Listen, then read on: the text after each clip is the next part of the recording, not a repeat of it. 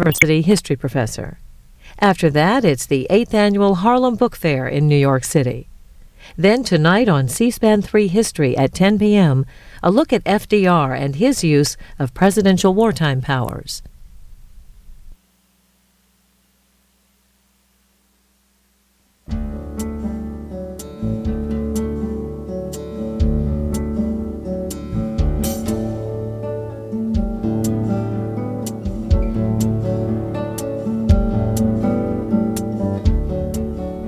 This week on Q&A, our guest is Darryl Matthews, president of Alpha Phi Alpha.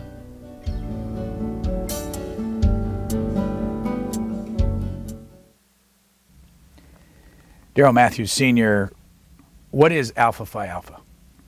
Alpha Phi Alpha is a brotherhood, an organization of men committed to excellence, academic excellence.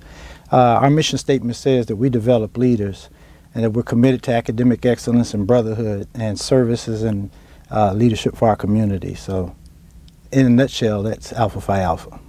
What kind of a fraternity is it? Was it based at colleges? Well, we were founded, matter of fact, 100 years ago this year at Cornell University. It has the distinction of being the first African-American fraternity founded on a college campus, which has since removed the restrictions in 1945 to allow men of any race to join, and is considered the first fraternity to do so. How many total membership have you had over these 100 years? We have over 150,000 men worldwide who've become members of this illustrious fraternity. And how many of those are not African American? There are a number. We don't keep statistics, but if you came to our convention, people are surprised at the number of non-African American members we have, and we're proud of the fact that we practice the diversity that we preach. I noticed that Hubert Humphrey was an honorary member. Yes, he was. Who else? Who else today, names that people recognize belong to this fraternity? Today, 8 of the members of the 109th Congressional Caucus are members. Congressman Bobby Scott, Charlie Rangel, Danny Davis, Shaka Fatah, Emmanuel Cleaver, Gregory Meeks. I know I'm leaving somebody out, the danger of calling names. Al Green from Houston. And as sure as I leave somebody out, I'm going to hear about it right after this. We've got a number of members. We just recently lost John H. Johnson, who was the publishing magnate, a staunch member, a very proud member of the fraternity. And the list goes on and on and on. Lionel Richie will be here to perform at our convention, a staunch member of the fraternity who was also, his father was a member of the fraternity. So we like to say anywhere you find excellence or men striving toward excellence, there you will find Alpha Phi Alpha at the front of the pack. How much politics do you get into? Well, when I was running for this position, I used to say that I have to cover the same territory as the presidential contenders, United States presidential contenders. This is a very political organization. You know, we mentioned members. One of my personal heroes, Senator Ed Brooke, who will be in attendance as the honorary chair of this convention, said that he cut his teeth and learned most of his politics on the floor of the Alpha Convention. And if one were to go and see the fine deliberations of parliamentary procedures and the oratory, one has to think that we're preparing leaders, developing leaders to go to Congress. Currently, Mark Morial, who is the president of the Urban League, his father was the first African-American mayor of New Orleans, who is also a member, as well as Mark's grandfathers. So we have a family legacy, but we prepare brothers for leadership. Go back to Ed Brooke for a moment, because that's a name I remember very well because he was a senator over here. He's still alive, 85 Yes. years old. Who is he? Why did you mention him? I mention him because Senator Brooke was a student at Howard University. He served on our National Board of Directors during his undergraduate years. He ran for a position in which I sort of followed his footsteps, although I don't even claim to be anywhere near the greatness of Senator Brooke. But within the fraternity ranks, I sort of followed his path. And once I had an opportunity to meet him, I was executive director of the fraternity at one time. He founded our World Policy Council, a group of distinguished alpha men who are given to give profound thought to challenges and issues of the world, not just in America. And Senator Brooke founded that institute, and I had the pleasure and the honor of serving as the executive director at that time and to service the World Policy Council. What did that institute do? Well, they issue white papers. They study issues. At the time, we were studying the politics of Nigeria, the concerns over that regime. They study environmental issues. They study global warming.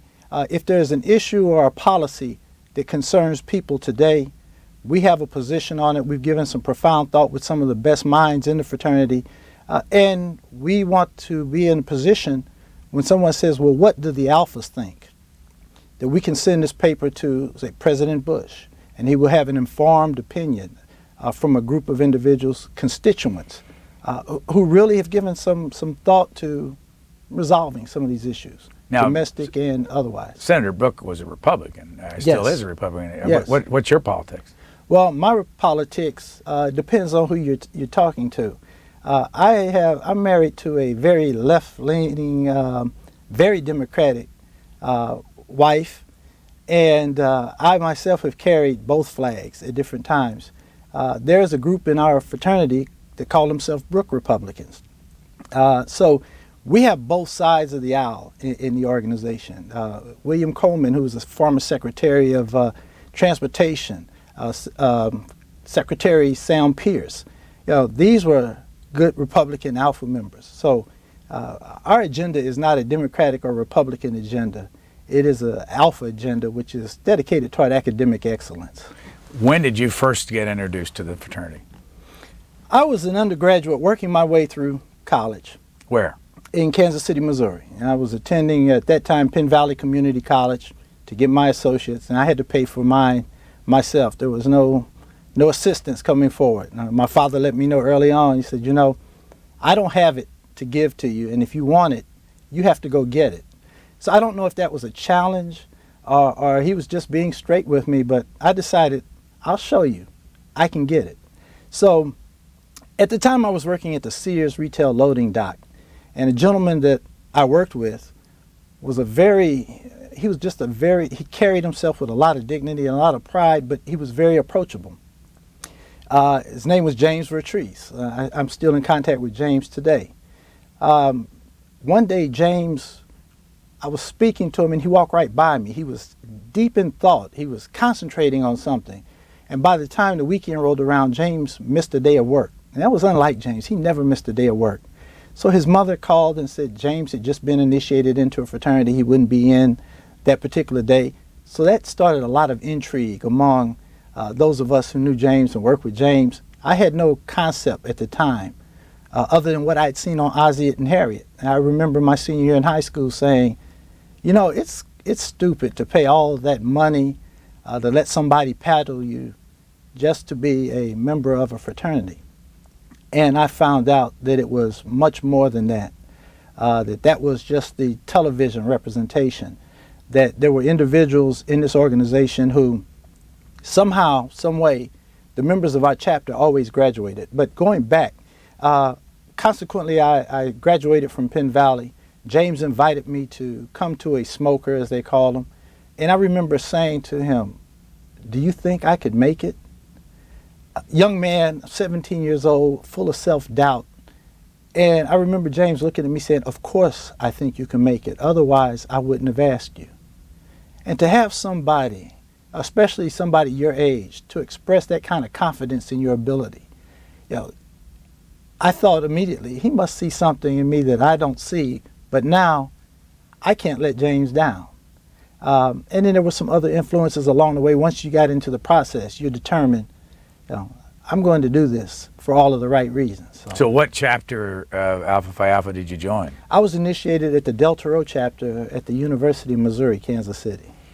And what was your father doing at the time when he told you you're going to have to do it on your own?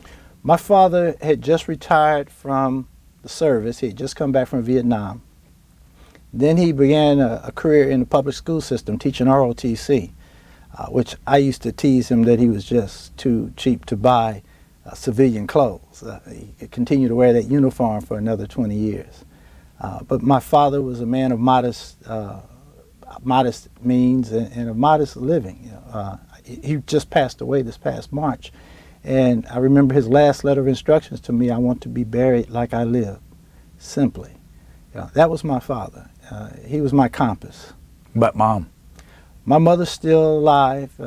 I needed Mom every now and then to step between me and that soldier that was in the household.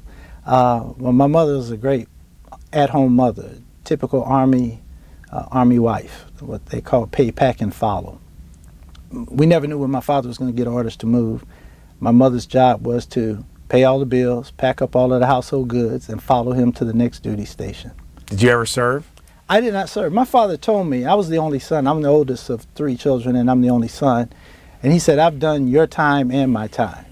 So, but although I was in ROTC while he was teaching in the public school system, we were in different schools, but the word got out that I was Matt's son, and the expectations for me as a cadet were greatly elevated. So I think that I served my time because while I was in ROTC, it was like boot camp. We had weekly inspections. You got demerits if your room wasn't right, your bed wasn't right. My father was a disciplinarian. He very seldom raised his voice. He didn't need to. He had a way of looking at you that, and I tried to carry much of that into my life as a father and now a grandfather. So how many are, I understand your Alpha Phi Alpha convention, your 100th anniversary centennial meeting is sold out. It is. We had to close registration because it just expanded beyond our projections, beyond our forecasts. So how many will be assembled and where do you do this? Well, the headquarters hotel will be the Marriott Wardman Park. Based on current numbers, I think we're working on 5 or 6 overflow hotels, which, for some groups that are citywide conventions who experience this all the time, it's no big deal. But for us, this is an explosive, exponential growth. And so we are in the process of praying and hoping that all the logistics work out. We've had to move our banquet from the hotel to the convention center. And, the good news is the brothers are excited. They are stimulated about the agenda, about the objectives of the organization. It's a time for recommitment. The good news is that we've got to be prepared for them when they get here. How many thousand?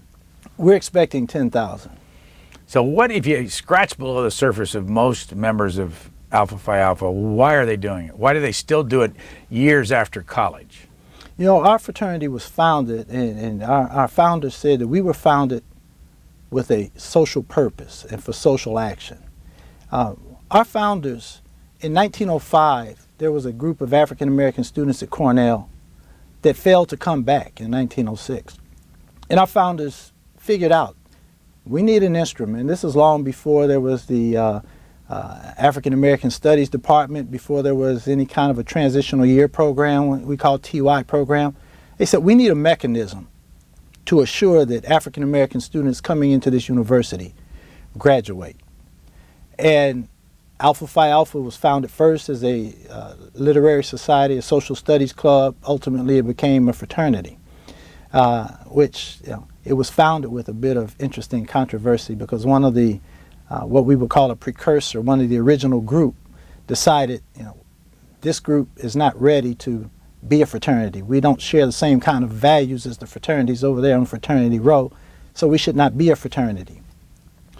Fortunately, a majority of the group presidents at the meeting that day voted in favor of fraternity, and thus Alpha Phi Alpha was born. But our commitment has always been to social action, social purpose. Back in the 1930s and 40s, our first national program was go to high school, go to college, because of the number of African American children that were dropping out of high school. If you can't get through high school, you certainly can't get into college. Now we've expanded that to say go to high school, go to college, go to work. We have a program, a campaign, a voteless people is a hopeless people. We want to make sure that our citizens exercise their full franchise of their rights. We were very supportive of one of our most renowned members, Dr. Martin Luther King, when he was marching for the civil rights struggle down in Alabama. The fraternity wrote checks to get him out of jail to pay his bail to assist with his defense during that time. One of his lieutenants, Andrew Young, Reverend Andrew Young, who was the chair of my inaugural committee, a good alpha man. If I were to go on and mention the members and the kinds of things that we're doing with our lives, and then there are those who are maybe not so renowned in the paper and in the media, but they're solid men who are raising children, who are backbones of their families. They're attending church. They're God-fearing men. But we don't make the media because we're not interesting. We don't make good copy. We're doing what we're supposed to do. But there's no real story in that for the most part. So when you look in stable communities, you look in stable families, you look at people doing extraordinary things, they're usually alpha men. What's your favorite thing that alpha men do? My favorite thing, even in a social environment, we like to sit around and pontificate and solve the world's problems. We believe that there's enough brain power within our organization that we could run the universe if it were necessary. And in many cases, brothers are running some extraordinary organizations, programs, and we give leadership. So that's the extraordinary thing we do. We give leadership. How? We believe that we're supposed to be leaders. You know, in biology, it's the alpha dog, the alpha wolf that's at the head of the pack. You know, I've had an informal and anecdotal survey of many of my members. There was no second choice for them when they got to campus. You know, over and over you hear them say, I knew I wanted to be an alpha or else I wasn't going to be in any organization. Looking at our legacy and looking at our individual commitment on our campuses, you will find my alpha brothers heading up student government, heading up many of the various extracurricular organizations on campus. We believe that we're supposed to bring leadership, give guidance and support.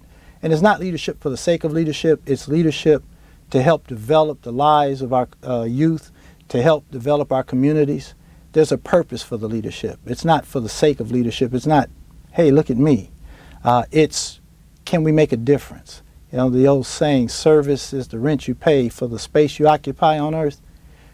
If you're not committed to those things, then you will not be happy to be a member of this fraternity, because that's what we believe in. If you go on college campuses today, and there are some 4,000 around the country, both 2-year and 4-year colleges, and you look at the fraternity system, how often do you see African Americans a member of the Greek fraternities, other than Alpha Phi Alpha? And how many African American fraternities are there? There are 5 African American fraternities, 4 African American national fraternities and sororities. Now, there may be some others that are local on particular campuses, but in terms of those that are chartered as national organizations, there are a total of 9 organizations, 5 fraternities, 4 sororities. So what's happened to the other fraternities? What kind of openness do they have to people other than white? Well, I've seen non-African American members in all of them. We tend to be, in terms of a community, rather embracing, accepting, for the most part, certainly of other cultures and ethnicities. And that's one of the things that I find very interesting about our organizations. They are not closed, but by the same token, you know, you will see African Americans in other non-African American fraternities and sororities. So in today's environment, it goes both ways, but people are generally more inclined to join organizations that their parents were members of, or their father or uncle was a member of, their brother was a member of, and we have just one heck of a good reputation. So your symbolism is the pyramid, and the other fraternities, Greek. I mean, there's a different Egypt versus Greece. Why did the Alpha Phi Alpha go to the Egyptian symbolism? Our founders knew that being students of both Greek and Latin, understanding the history of Africa, our incipiency is in the Ethiopian tradition initially. we always considered ourselves to be the first and leading people among, at that time, Ethiopians, God's chosen people. And so, you look at the pyramids, you see the Sphinx, Egypt being in Africa. That was our orientation, as opposed. That's where our families, our ancestors, our forebears came from, and that's where we look back to get our guidance and our spirit. 100 years old. Go back to go to high school, go to college, go to work. How does that work? How does that whole slogan, and that's been around for how long? At least 50 years, at least, probably 40. My historian is going to, as soon as this airs, he's going to check the facts on me and let me know, Brother General President, you're supposed to know these things down to the letter. But let me tell you, we have a number of programs that we're involved in. Go to high school, go to college is a concept, but we are involved with mentoring youth. We have a national alliance with Big Brothers and Big Sisters. This year at our convention, during my centennial address to the fraternity, I'm going to call on 10,000 alpha men to immediately sign up to be Big Brothers. If we're going to stop the cycle of nihilism and give these young children role models, appropriate role models, then we need men who are successful in their lives to go out and to show them that there's another way. One of the things that I like to say is, this year Hollywood paid tribute to a song which I think tends to marginalize a lot of the efforts and accomplishments of the African American community, that it's hard out here for a pimp. Well, the men of Alpha Phi Alpha intend to make it harder out here for a pimp. But to be fair, the pimp shows up and is a role model every day on the block. So I am asking my brothers, where are you? We walk with March of Dimes, with Walk America. We raise money which funds our Project Alpha programs. Project Alpha is a program that in the early years of teen pregnancy and teen pregnancy prevention, all the programs were geared toward the mother, telling the young ladies, say no, this is your responsibility, this is what you do. The men of Alpha Phi Alpha in 1981 decided, you know what, young men have a responsibility. And we have a responsibility to teach them the appropriate values, the responsibility of what it means to engage in premarital sex. And we're probably not going to change anyone's acts or their actions, but we have a responsibility to give them informed facts, to give them the information that says, if you engage in risky behavior, these are the outcomes. And so we're involved with Boy Scouts of America. We are focused right now on mentoring and making sure that there are more Eagle Scouts in our community, and make sure that young men who are trying to become Eagle Scouts have the resources that they need, the guidance, the mentoring that they need. And we have a number of Alpha Brothers who work at the national headquarters of Boy Scouts of America who are supporting this effort. And it goes on and on and on. We say that if you're not involved with youth, then you really are not involved with Alpha Phi Alpha. Well, the statistics on the black male in this country aren't very good when it comes to you're talking basically about trying to turn it around. I mean, the number of black men that go to jail is what, out of the 2 million people in jail today, what is it, half of them are African Americans? Yes, but I want to get you to tell me why you think this has happened. What's the blame for all this? Well, when you consider that the large number of African American men in jail, and some people are prone to say that there are more African American men in jail than in college, but there are also more African American men in college than any time before. We are looking sometimes at the half empty glass instead of the half full glass.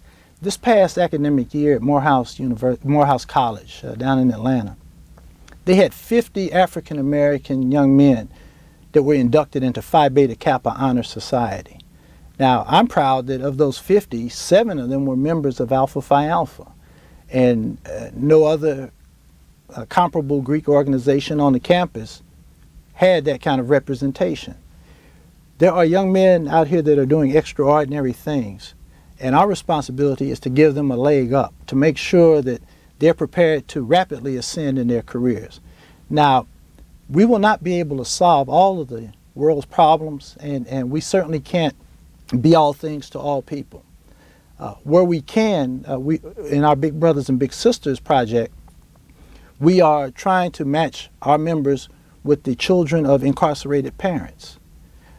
Because if there's no intervening force, those children are going to, in a very short time, join their parents in that institution. Now go back. You mean to say match the children with incarcerated Big parents? Brothers and Big Sisters of incarcerated parents. Incarcerated parents, yes. How do you do that?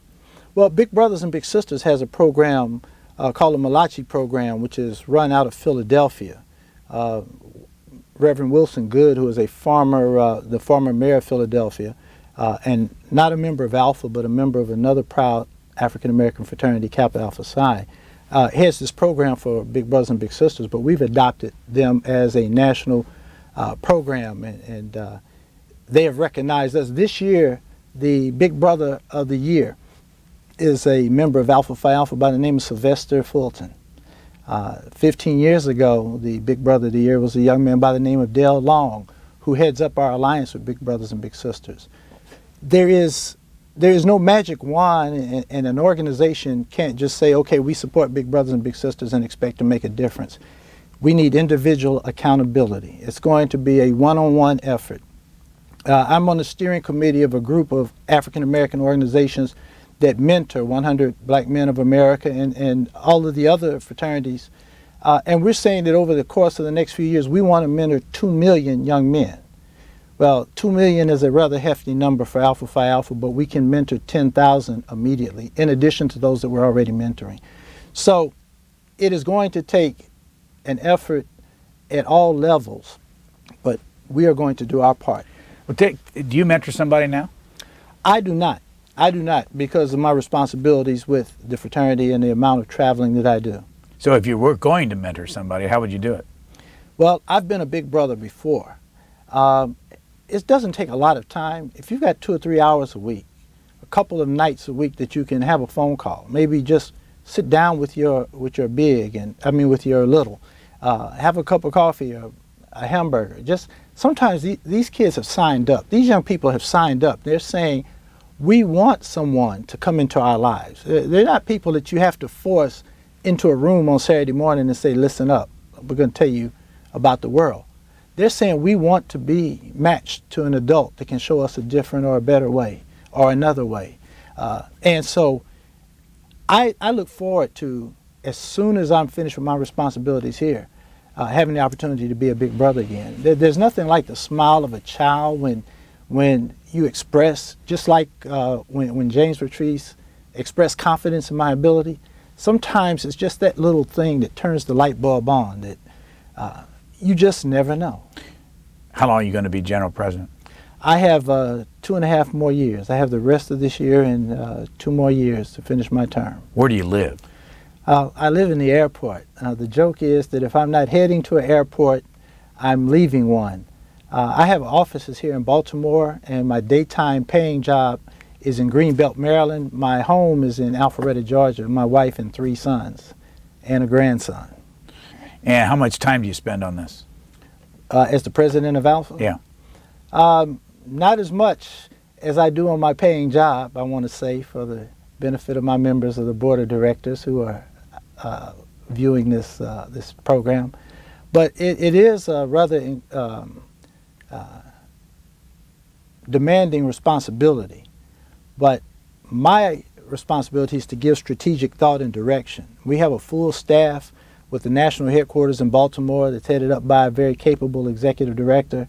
And they do the day-to-day work of executing our programs. We have a plethora of volunteers out in the field. We have a national board of directors who each has a regional organization of a regional board of directors and an executive director and 5 regions. And so we have over 700 chapters, and brothers are hitting the ground running every day. So some days it is just such an honor to be the general president that I pinch myself and I have to ask myself, is this real? What did I do to deserve this opportunity? And then there are other days that are perhaps a little more challenging.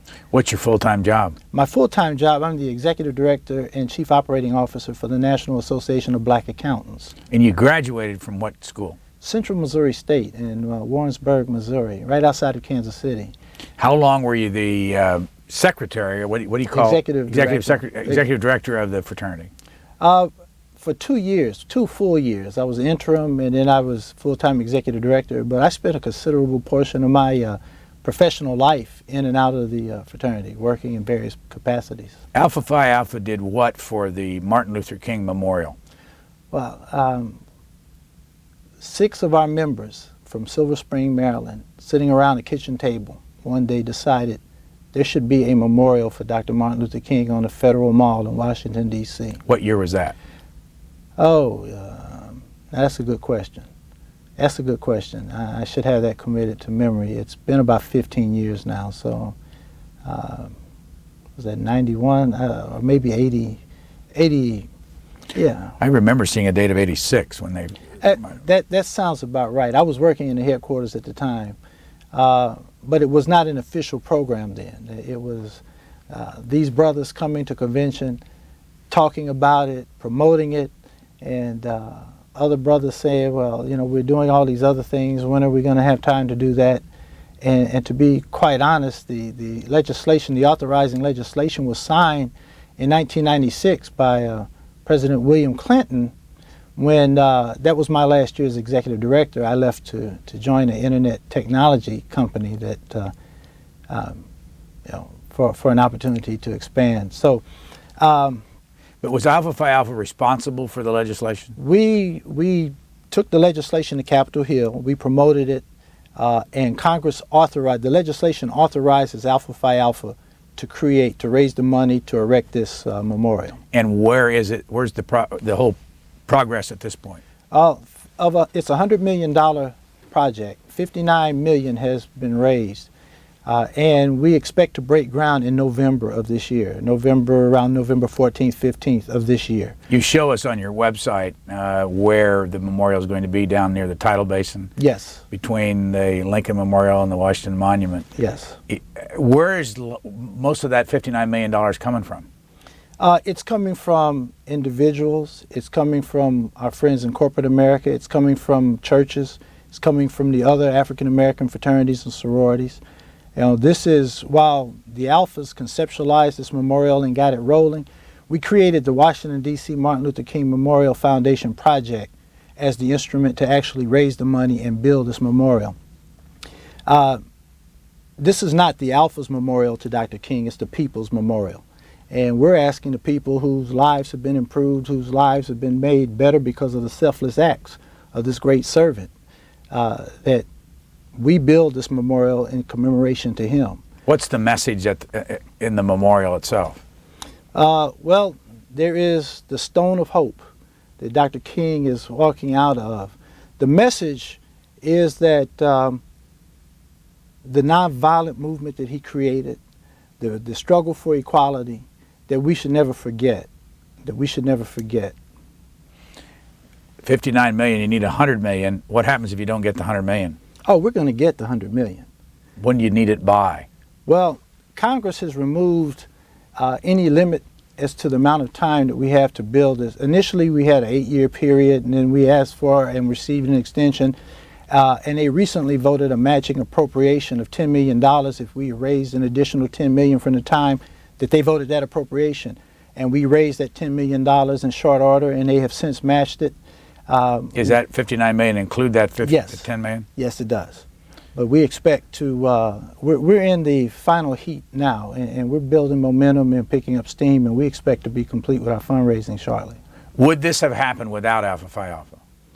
Well, I mean, do you clearly have the responsibility for making this happen at the moment? We definitely had the full responsibility for making it happen. We carried the legislation.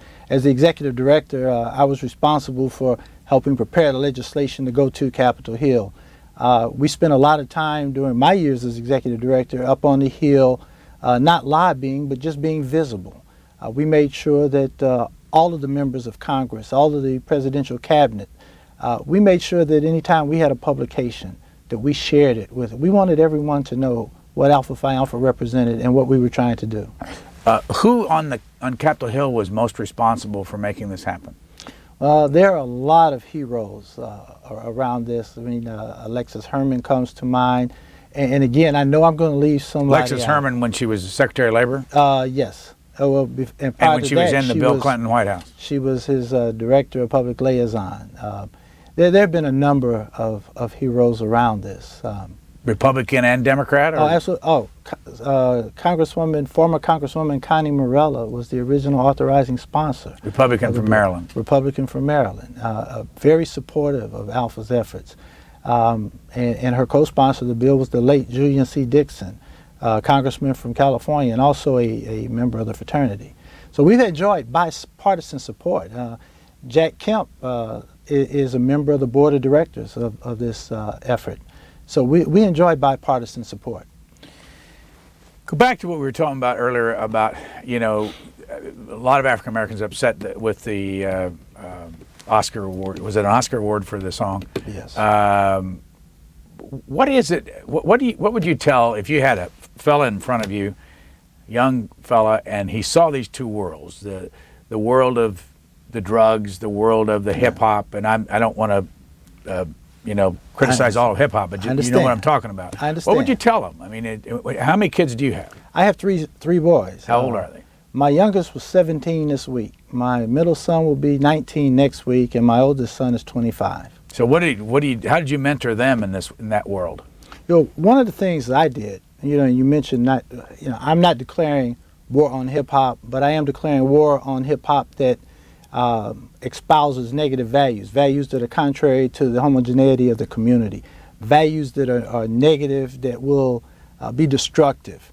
I listened to hip hop. My sons were surprised that I knew as much about it, but I knew that they were going to be listening to it. They were going to get it at school or with their friends. So I needed to understand what was being said so I could counter those messages. The other side benefit of that is when your parents listen to your music, all of a sudden it's not so rebellious. We had our rebellious music that was designed to drive our parents crazy. We had Parliament Funkadelic. But the important thing is, look, this is not real. This is a video. This is not a real lifestyle. It's not a lifestyle that you want to live. It's not a lifestyle that's conducive to getting to where we need to be as a people. It's unfortunate that the money, the marketing machine can promote those kinds of images when, again, I say, those of us who are nose to the grindstone every day, managing our families and our jobs and our careers and our lives, we're kind of dull by media standards. But you have to draw a distinction that there's no future in this. And oftentimes they don't get it until it's too late, until a good friend of theirs or a relative of theirs gets taken out for whatever reason. So what are the boys' names? My oldest son is Julian. There's Darryl Jr. and Blake. What are they doing with their lives? Julian is a basketball coach down in Alpharetta, Georgia, and he's also a physical trainer for some of the kids whose athletic abilities could stand improving. My middle son, Darryl Jr., and we call him Demi, is a rising sophomore at Troy State University. My youngest son is a rising senior at St. Francis Academy in Alpharetta, Roswell, Georgia. I anticipate that he's interested in the University of Kansas. Of the three, he's the most mathematically oriented, so I'm trying to get him to be an accountant or an actuary. Any of them members of Alpha Phi Alpha? Not yet. It's interesting you mentioned that. They grew up around Alpha and at the conventions as young kids. And they've been exposed to all of the good work. They've been involved in some of the youth seminars. But I've not pushed it at them because it's a decision that they have to make. I've lived my life, and as I tell them, you have to live your life. I'd like for them to all be members, and I'm going to support them if they decide to become members. But sometimes I think that's one of the mistakes that we make. We try to force our children to live our lives over again. So my father was not a member of a fraternity. Matter of fact, he was anti-fraternity, but before he passed away, he did tell me that obviously you saw something in it I didn't see, and it's, I'm very proud of your accomplishments in it. So I'll be proud of my children, whatever they decide. Why was he anti? He had an experience when he was an undergraduate coming out of the Army. He's a little bit older than the rest of the students on campus, and at that time, public paddling and humiliation was the rule of the day, and he had just decided that, and he had a car, and we're talking, in the 1940s, and he had a car on campus, and the president of the group had a car, and they didn't want him to drive his car on campus so that the president of the fraternity would be the only one with a car on campus. He just found the whole thing rather demeaning to him, as opposed to what some of us see as the service side of it. Let me read to you on the negative of fraternities an article from July the 3rd. This is by Austin Kilgore, editor-in-chief, and I'm not sure of. I guess it's from SMU. Reaction is mixed after the trial of the first of 8 men charged in an SMU fraternity hazing incident that nearly cost a pledge his life. Raymond Lee was sentenced to 10 years probation, $10,000, 180 days in jail after being found guilty of aggravated assault for forcing Braylon Curry to drink gallons of water in an Alpha Phi Alpha initiation rite known as Water Night. The ritual led to Curry collapsing and having seizures and nearly drowning in his vomit. Curry spent 10 days in the hospital. It's not just Alpha Phi Alpha. The hazing has been criticized across the board in all fraternities. Why can't you stop the hazing? Well, I will say that we can no more stop hazing than society can stop crime. There are some individuals who are committed to doing dastardly acts. 10 years probation is not enough to make a statement. I support the justice system dealing with criminals. That was criminal behavior. There's no room in Alpha Phi Alpha for criminals. I am making it very clear during my administration that there's zero tolerance. In our history, there have been occasions of what we call fun and games, but in today's environment, that's hazing. And 19 and 20-year-old men sometimes cross the line. They never intended for anybody to get hurt, but yet and still, lives are lost. I've been an Alpha for over 33 years, and I've never heard of this water ritual. I'm not saying that there aren't some people who think that it's a legitimate thing to do, but it is not. It is not a part of our ritual. And we are going to take, where we have individuals who bring liability onto the fraternity, we're telling them that you better tell your parents to be prepared, because we are cross-filing for any damages, any damage to our brand that you've done. I intend to show that we are serious about eradicating this evil. Now, some of it starts with inviting the wrong people into the organization. We readily recognize that. But I can no more tell you how I can change a criminal's behavior than the police can. Now, do you discipline the SMU chapter? There is no SMU chapter anymore at this point. And why? That's not representative of Alpha Phi Alpha. And during my administration, any chapter that's suspended, any members that are disciplined, will not be considered to be returning to this organization, if at all, at least during my administration. We are going to make a clear point that this kind of behavior is not tolerated. It takes years to build up a great reputation for all of your service, all of your good work, and it takes a fool less than a day to bring you down into the gutter and have your name plastered all over the papers. How mad did you get when you first heard about this? Oh, I was incensed that I felt that the jail sentence was so light for someone who has already previously committed identity theft and fraud, embezzlement. Obviously, we're dealing with someone who has no regard for the laws and rules of society. So there are some other repercussions that will be occurring for this individual within the organization. I'd be a little precipitous to talk about the wheels of justice in the fraternity. But people who commit these kinds of acts will not be able to claim membership in this organization. How many chapters are there nationwide? There are roughly 350 alumni chapters, a little over 350 college chapters. And how do you have a college chapter on every African American, historically black college campus? More than likely, we probably do. There are some colleges that have forbidden the organizations for various reasons, and we understand that we're on college campuses by invitation. And as long as we follow their rules and their regulations and our guidelines, that we will remain good citizens there.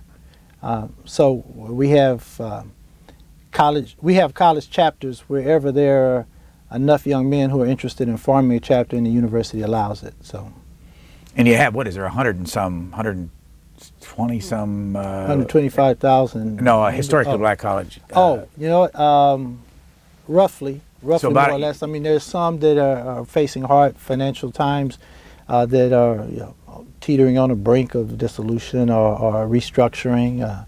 So more or less. Go back to what you do in a community. What do your members do in their alumni chapters besides the Boys and Girls Clubs and the Boy Scouts?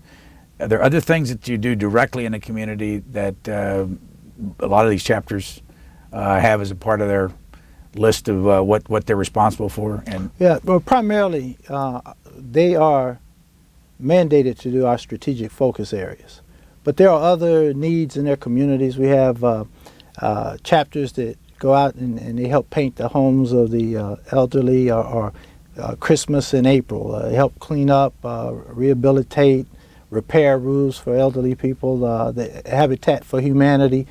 There are a number of community programs, and we encourage our chapters and our members to be involved individually and through a chapter. But you must do the national programs so that we can measure our effectiveness, that we can meet our goals and objectives. And all too often, organizations do not have a strategic focus. Their mission is to boil the ocean. And so while we recognize all of these other wonderful things that our chapters are doing, this is our agreed upon focus areas, and these are the things that we will be best known for. what's the number one national political issue that your organization is interested in right now? The VRA, the Voter Registration Act, and making sure that all segments of that are passed through, those special provisions are passed through both houses, and that they become extended laws. What are you worried about? That, for instance, I'm from Georgia. We have a chapter that's been engaged in voter registration, and the Secretary of State attempted to nullify those petitions for some alleged procedural issue. Well, the chapter sued, and those were allowed. But we have a issue now about voter identification cards. You know, I have a passport, I have a driver's license. What is the need for this additional voter identification card? It's just, there's that slippery slope, and the memories are still fresh in the minds of some of our members who had to take these, pay these poll taxes, take these special tests in order to qualify to vote. I mean, it hasn't been 50 years since Dr. King was in the South marching for the right to vote, to make sure that African Americans in the South enjoyed their full franchise. So let's make it without the shadow of a doubt, beyond the shadow of a doubt, that we protect the rights of all of our citizens to fully engage in their God-given right to vote. How do you lobby? We don't lobby. We have members who are in these positions. We can bring our brothers together and discuss issues, but as members of the organization, those brothers who are Republican are very involved with their Republican agenda. Those brothers that are Democratic are very involved with the Democratic agenda. So as the General President, I walk a very fine line. For example, a few years ago, there was a lot of discussion about school vouchers. Well, I have a number of members who are public school teachers or principals in the public schools. If I take a position that school vouchers are necessary or advantageous, now I've got to deal with my members who are public school employees. So you walk this very fine line as the General President. So if you stay focused on academic excellence and leadership, you don't get in trouble. 50 years ago, when you had your convention, I think it was in Chicago, your 50th anniversary, Martin Luther King. Buffalo. I'm sorry, Buffalo. Yes. Martin Luther King spoke to your group. Yes. If he were back this year, speaking to your group, what do you think he'd say about the state of America? Yeah, that's a very good question, because I have a speech that I've given over this past year for Martin Luther King celebration observances, birthday observances, called "What Would Martin Think?" You know, and I asked the question, what would he think about what we've become as a people? And I talk about the fact that Moses was considered to have freed the Hebrew slaves, but he changed their condition, but not their consciousness. And as long as the people maintain a slavery consciousness, they will continue to make enslaving choices. Well, I think Martin would want us to expand our focus from civil rights to silver rights, that he would want us to become more financially literate and economically empowered. That, there was a time for marching and for taking to the streets and protesting, but now is a time for building equity in our communities, for building personal worth. Not talking about greed, not talking about trading Master Charlie for MasterCard. We're talking about full empowerment. And as long as you are thinking that I've got to have this, as Michelle Singletary has said, if you're wearing it on your backside, it's not an asset. I editorialized that just a bit, but I think that's one of the areas that Martin would want us to become more fully engaged in and to understand. I think that he would be dismayed at the number of young people who refuse or are unable to take advantage of an educational system that their grandparents were locked out of. I think he would just be utterly amazed and disappointed, as hard as he fought to open up public accommodations and facilities, that many of us take them for granted or don't invest in our communities the way we should. Are your 3 boys all going to be college graduates? I intend for them to. They won't be living in my house one way or the other, but my youngest will be in college next year. My oldest is attending part-time right now. He's a former UNLV running rebel, and the basketball program got in a little trouble a few years ago, so he had to come home. So, where'd you meet your wife, by the way? I met my wife in Chicago. My cousin, one of my cousins, who was a member of the fraternity, married one of her schoolmates, one of her girlfriends, and we met at the wedding. And I didn't see it coming, but and her name? Allison Stinson. It was Allison Stinson at the time. Allison Page Stinson. So the fraternity paid off in that way for you. It did. It did. It paid off for me. Of course, I thought that I had learned in fraternity how to carry myself, neatness and bearing, and how to coordinate ties and shirts. And my wife let me know that I was doing all right, but until she found me and cleaned me up, that I really didn't start to advance in my career. Your 50th was in Buffalo, your 70th was in New York, but there was a dual anniversary celebration in Monrovia, Liberia. Yes. Why?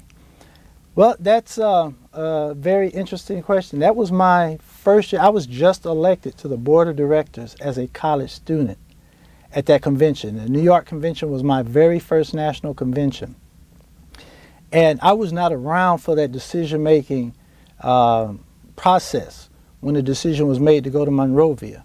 But I do know that the fraternity was received very well, but that most of the government officials, and we had 2 chapters over there. That could have been a part of it, that we had an alumni chapter over there with many of the members, the ministers, and the cabinet were members of our fraternity, and we had a college chapter at the University of Liberia. But sometime after that, of course, the history of Liberia and the instability of the government, and many of our members were either exiled or taken to the beach and were killed, arbitrarily killed. But that was an attempt to reach out to our roots, to our brothers in Africa. Also the role it played in the suggestions in earlier life that the African Americans be sent back to Africa and create a colony over there in Liberia. It's named after James Monroe, yes. the former president. Yes. Any symbolism in that for you? No. The Liberians have many American relatives, cousins today, but there was no particular symbolism in Liberia as opposed to Ghana, Accra, or anywhere else. One other thing I'd like to ask you, which is a negative in your history that's written about, is something called the brown bag test. Yes. I've heard smiling. Of it. I mean, I've heard of it. But it's old though. But yes. back in the early days of you couldn't, if your skin was darker than a brown bag, you couldn't get in the fraternity. Why would that ever have been? Is that true? Well, that's what is stated. But this year, at the Marriott Wardman Park, we're going to have a centennial exhibit of early photos and artifacts. And I've looked at early photos of our founders, and they were of various skin hues. So I kind of smiled. Now, there may have been those kinds of artificial filtrations imposed in some college campuses. You know, or local organizations tend to take on the personality of the most dominant person in there, and that's not something to be proud of in our history if that did in fact occur. But there is, I've seen no evidence of it, and if you come to our organization, you will see not only diverse ethnically membership, but also diverse in terms of skin hue. Now you're going to have 10,000 members or 10,000 total people? 10,000 members. Is it the biggest ever? It is the largest gathering of alphas in its history. So what do you want these folks, after a week in Washington, D.C., what do you want them to walk away with? I want them to go to our Centennial Symposium series, and I want them to listen to the strategies, not the problems. We already know what the issues and the challenges are. This convention is designed to develop a set of strategies for moving forward to address those maladies in the African American community, and specifically the African American man, his mind, his body, and his soul. Anything specifically that's going to be said during this that you think is going to be important? Everything that every speaker is going to deliver is going to be important. It's going to be a contribution toward a positive attitude toward the state of the African American male, instead of us dwelling on the pathologies. So what about your own tenure? What have you gotten out of this? First and foremost, we get what we call alpha love. You know, wherever I can't go through an airport that I'm not going to run into 2 or 3 of my members. It's just a great feeling the way your members. I can go up on Capitol Hill now, and my members who are congressmen will take a moment, even if I don't have an appointment, and I don't make that a practice. But it's just the awe and the admiration that the brothers afford the General President, because he represents the head of an organization that is dedicated to so much that is right, so much that is positive. So I'm enjoying the alpha love. Do you have a secret handshake? We have tokens and rituals that we exchange that are known among members.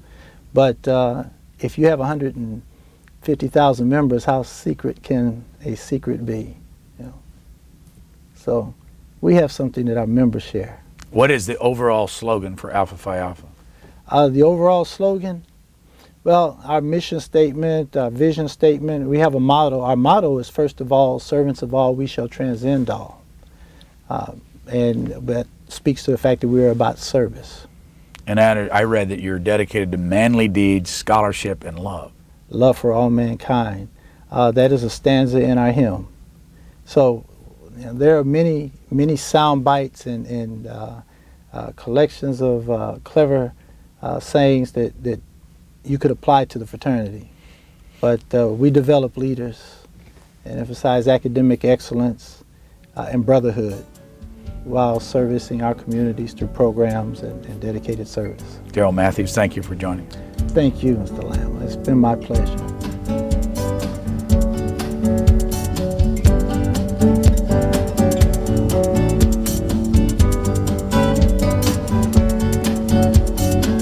For a copy on DVD or VHS tape, call 1-877-662-7726.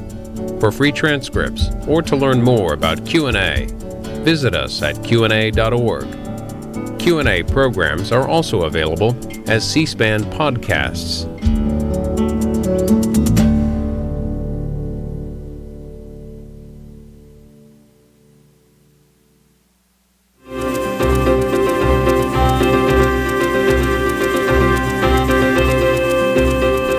Next, Prime Minister Tony Blair at the British House of Commons.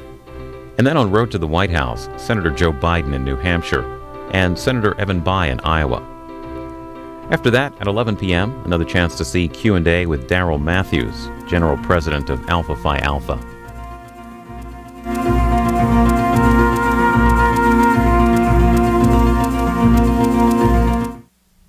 And on C-SPAN 2 afterwards, Simon Schama, author of Rough Crossings, Britain, the Slaves, and the American Revolution, is interviewed by Edna Medford, Howard University history professor. Afterwards, next, on Book TV on C-SPAN 2.